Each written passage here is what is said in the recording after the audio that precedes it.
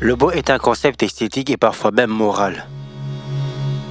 Comme le temps, l'amour, la haine et la joie.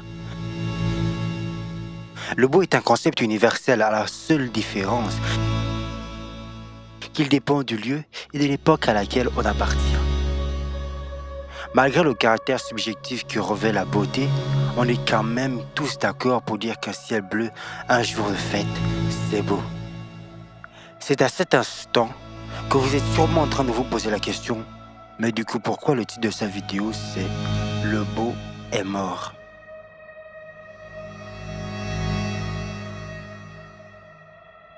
Le détail se meurt pour laisser place au minimalisme.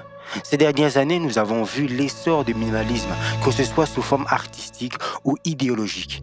Artistiquement parlant, le minimalisme consiste à réduire au minimum les éléments d'une création, que ce soit un tableau, un meuble ou un vêtement. Tout détail particulier est retiré à l'objet afin qu'il ne serve que sa fonction initiale. Idéologiquement parlant, le minimalisme consiste à se satisfaire du strict minimum et de supprimer toute fioriture.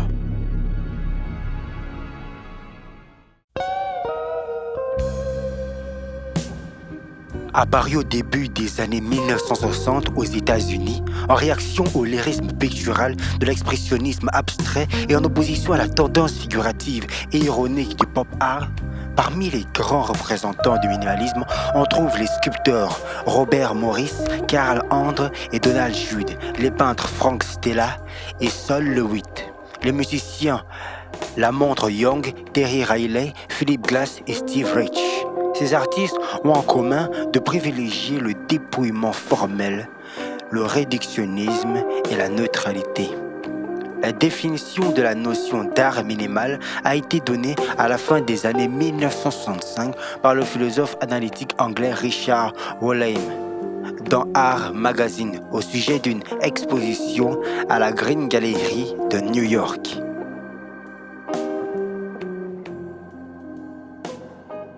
À mon humble avis, le minimalisme a eu autant de popularité parce qu'il a permis de faire acheter n'importe quel objet à n'importe qui.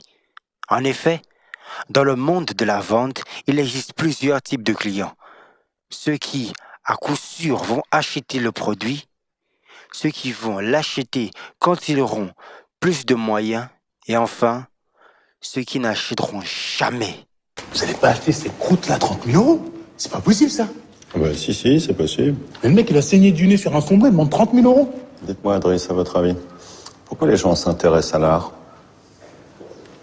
Je sais pas, c'est un business. Non.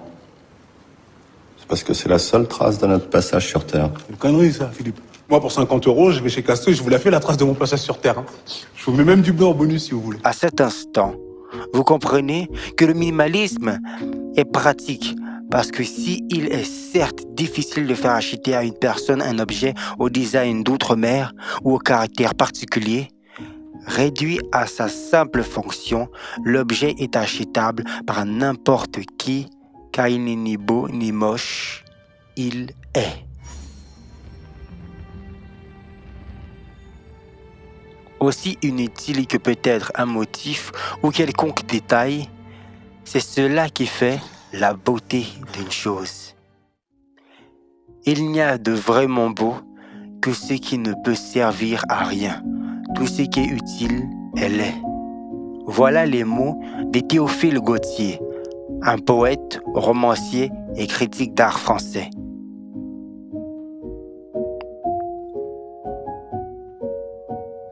Et pourtant, à la base, le minimalisme, c'était quelque chose de bien. Mais comme toute idéologie, si ça permet à des gens de se faire de l'argent, il y aura des dérives puantes. Pour mieux illustrer une partie de ma pensée, voici un témoignage de José Anne, une blogueuse française qui parle du minimalisme en 2023. Je suis devenu écœuré du minimalisme, franchement déçu de ce que c'est devenu. Une mode, une façon de décorer et une nouvelle gamme de produits tendance. Une industrie entière d'objets en tout genre a pris d'assaut les boutiques et nos portefeuilles. Dès que le mot rangement, organisation ou minimaliste y est apposée, la vente et le succès étaient garantis.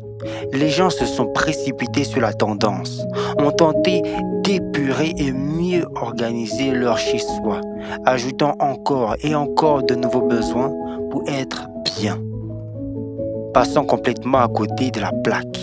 Être minimaliste n'est pas d'avoir une maison blanche avec des meubles scandinaves. Je caricature, mais vous comprenez. Être minimaliste, pour moi, c'est d'être bien et que cet état soit complètement indépendant de nos possessions et nos circonstances extérieures. Être minimaliste, c'est ne plus être esclave de la société de surconsommation.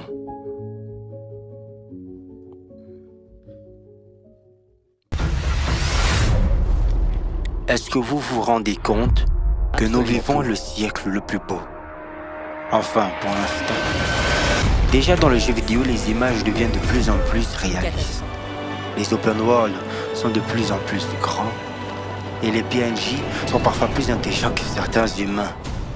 C'est un avertissement. Ensuite, au cinéma, comme en photographie, les belles images grâce aux caméras de meilleure qualité et les effets spéciaux pilules et sortent à foison sur nos grands comme petits écrans. Même si nous pouvons noter quelques exceptions. Je suis désolé.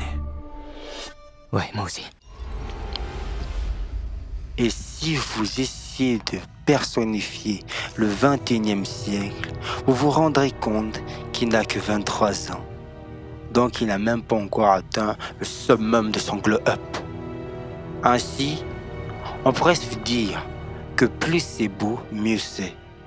Mais là est le problème. En effet, si tout est beau, c'est que rien ne l'est vraiment. De la même manière qu'un géant n'est pas si impressionnant dans un monde de géants.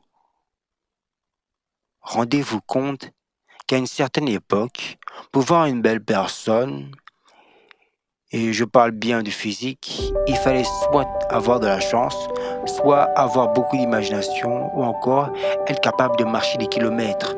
Tandis qu'aujourd'hui, avec une simple recherche Google, ou en ouvrant Instagram et TikTok, je tombe sur une pléthore de personnes au physique fabuleux. Le beau est mort.